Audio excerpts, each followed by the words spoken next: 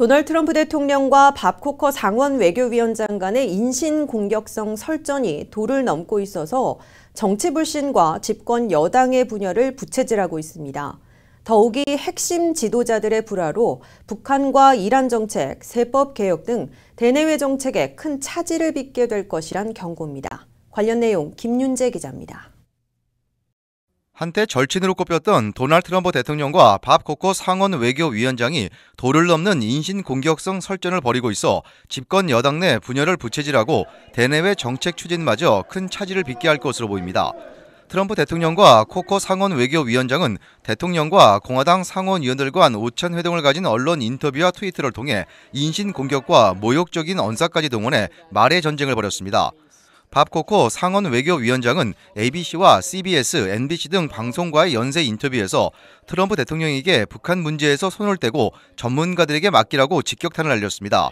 코커 위원장은 지나치게 공격적인 트윗을 날려 긴장을 고조시키고 외교 노력을 다하는 국무장관을 공개 면박한다면 미국을 세계대전으로 몰고 갈 것이라고 거듭 트럼프 대통령의 대북 정책을 비판했습니다. 코커 위원장은 특히 트럼프 대통령은 미국의 국격을 떨어뜨리고 진실성 없는 말만 쏟아내는 대통령으로 기억될 것이라며 다시는 그를 지지하는 일은 하지 않을 것이라고 밝혔습니다. 이에 대해 트럼프 대통령도 즉각 연쇄 트윗을 날리며 반격을 가했습니다. 트럼프 대통령은 밥 코커는 내가 지지하지 않자 내년 선거에 불출마를 선언하고는 네거티브전을 펴고 있는 것이며 이제 감세에도 반대하고 있다고 깎아내렸습니다. 트럼프 대통령은 이어 코커 상원의원을 꼬마 밥이라는 모욕적인 별명으로 부르는가 하면 밥 코커는 오바마 대통령을 도와 나쁜 이란 핵협정을 만든 무능한 상원 외교위원장이라고 비판했습니다. 한때 돈독한 사이였고 같은 공화당 소속인 대통령과 상원 외교위원장이 도를 넘는 설전을 끊임없이 주고받고 있어 정치 불신, 집권 여당 내 분열상을 부채질하고 있을 뿐만 아니라 주요 대내외 정책 추진에도 큰 차질을 빚을 것으로 경고받고 있습니다. 내년 선거 불출마를 선언한 코커 상원의원은 이제 트럼프 정책에는 무조건 제동을 걸게 분명해 한 표가 아쉬운 트럼프 대통령이 정치적인 대가를 치르게 될 것으로 예상되고 있습니다. 코커 위원장이 주관하는 대북 정책과 관련된 입법이나 이란 핵협정 수정 등 대내외 정책은 물론 오바마 케어 폐지와 대체, 초대형 감세를 포함한 세제 개혁안 표결에서 가결 가능성이 낮아질 것으로 예고되고 있습니다. RKTV 뉴스 김윤재입니다. 한국 항공사들의 출도착 예정 시간 준수율이 국제 수준에 크게 못 미치는 것으로 나타났습니다. 한국 더불어민주당 이해찬 의원은 어제 보도자료를 통해 타국적 항공사에 비해 한국 내 주요 항공사들의 정시성이 매우 낮았다며 국토교통부가 발행하는 항공교통서비스 보고서의 지연율이 기준이 국제 수준보다 관대해 올바른 항공정책 수립을 방해하고 있다고 주장했습니다.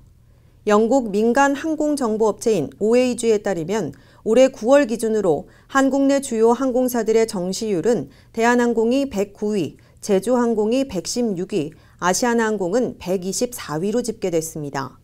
집계 대상이 글로벌 156개 항공사였다는 점을 감안하면 대부분의 업체가 하위권에 머물고 있는 셈입니다. OAG는 출발 도착을 기준으로 15분 이상을 지연으로 인정해 전 세계 항공사의 정시율을 발표하고 있습니다. 오늘 남가주 해안가에서 지진이 발생했습니다. 연방지질조사국에 따르면 오늘 새벽 0시쯤 아발론에서 남서쪽으로 약 29마일 떨어진 해안가에서 진도 3.9의 지진이 일어났습니다. 진앙지 깊이는 5마일 정도입니다. 이번 지진으로 LA와 롱비치, 사우스베이, 그리고 오렌지 카운티 곳곳에서 흔들림이 감지됐다는 신고는 접수됐지만 인명이나 재산 피해는 없는 것으로 확인됐습니다. 반트럼프, 중도 온건, 그리고 친이민파 공화당 상원의원들이 잇따라 내년 중간선거에 불출마를 선언하고 있어서 어떤 파장을 불러올지 주목되고 있습니다. 공화당 강경파 후보들이 대거 득세하면 트럼프 정치가 더욱 가속화될 수 있는 반면 그만큼 상원 다수당이 바뀔 가능성도 높아져서 트럼프 정책의 발목을 잡을 수도 있을 것으로 예상됩니다. 워싱턴에서 한면택 특파원이 보도합니다. 보기 드물게 도널드 트럼프 대통령에게 반기를 들고 공개 비판을 해온 온건파 공화당 상원의원들이 잇따라 내년 중간선거에 불출마를 선언하고 있습니다. 애리조나주를 대표하는 공화당의 제프 프레이크 상원의원은 내년 선거에서 재선을 모색하지 않겠다면서 불출마를 선언했습니다. 제프 프레이크 상원의원은 트럼프 시대의 공화당에서는 너무 많이 변해 나 같은 공화당원이 설 자리가 없다면서 불출마 이유를 밝혔습니다. 제프 프레이크 상원의원은 공화당 상원에서 보기 드물게 트럼프 대통령에게 반기를 들거나 트럼프 정책을 강하게 성토해온 비판론자 중 한 명으로 꼽히고 있습니다. 프레이크 상원의원은 같은 애리조나주의 시니어인 존 맥케인 상원의원과 함께 전통 보수주의 공화당 정책과 양당 간 타협 정치를 추구해온 중도 온건파로 분류되고 있습니다. 게다가 맥케인 상원의원, 린지 그램 상원의원과 함께 이민개혁을 선도해온 보기 드문 친이민파 공화당 상원의원으로 널리 알려져 있습니다. 이 앞서 상원 외교위원장으로 대외 정책을 주도해온 공화당 밥 코코 상원의원도 내년 중간선거에 불출마를 선언하고 트럼프 대통령과 거친 설전을 벌이고 있습니다. 밥 코코 상원의원도 국제협력을 통한 외교 해결을 주창해온 국제주의자이고 협력 정치를 모색해온 중도 온건파이며 친이민파로 꼽히고 있습니다.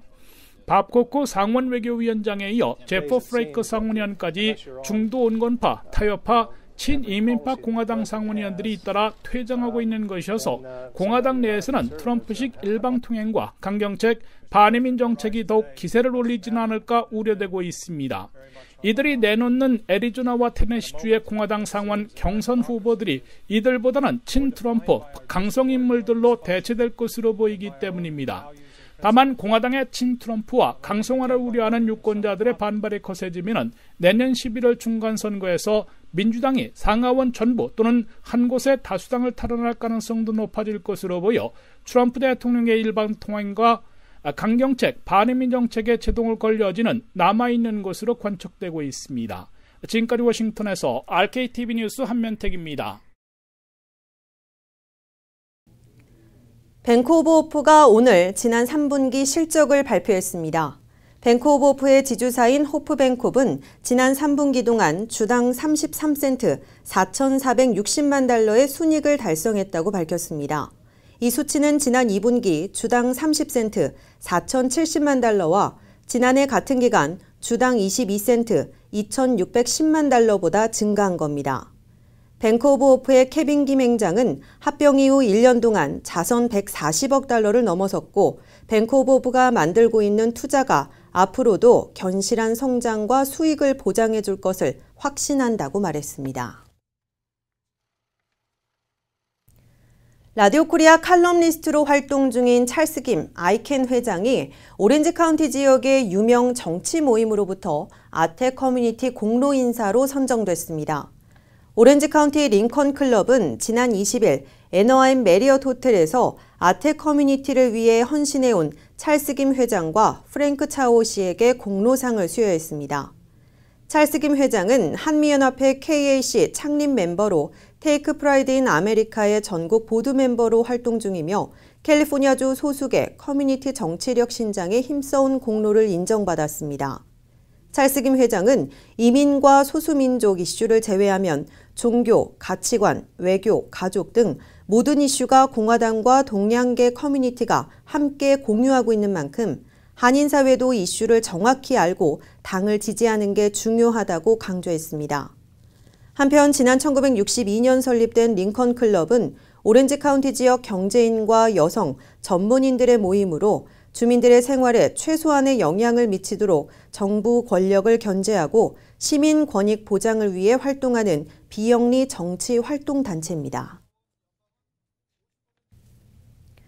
스카이다이빙으로 자신의 94번째 생일을 자축한 미국 할머니 소식이 화제입니다. AP통신에 따르면 펜실베니아주 윌리엄스포트에 사는 아일라 캠벨은 어제 생일을 맞아 인근 헤이즐턴 공항 상공 10,000피트 높이에서 스카이다이빙을 즐겼습니다. 캠벨 할머니의 손녀와 증손녀도 각각 교관과 함께 나란히 뛰어내렸습니다. 캠벨 할머니는 다음해엔 못할지도 모른다고 생각해 낙하를 결심했다고 말했습니다. 낙하 후에는 와우와 같은 기분이라며 스카이다이빙에 다시 도전하고 싶다는 의사를 전했습니다. 모레부터가 되겠는데요. 미국행 항공기 탑승객에 대한 보안이 대폭 강화됩니다. 안 그래도 공항 검색대에서 수시간 대기해야 하는데 또 무슨 보안이 어떻게 강화되는 건지, 한국 국적기 이용객들에게는 어떤 영향을 미치게 되는지 잠시 후 이슈 포커스에서 자세히 알아봅니다.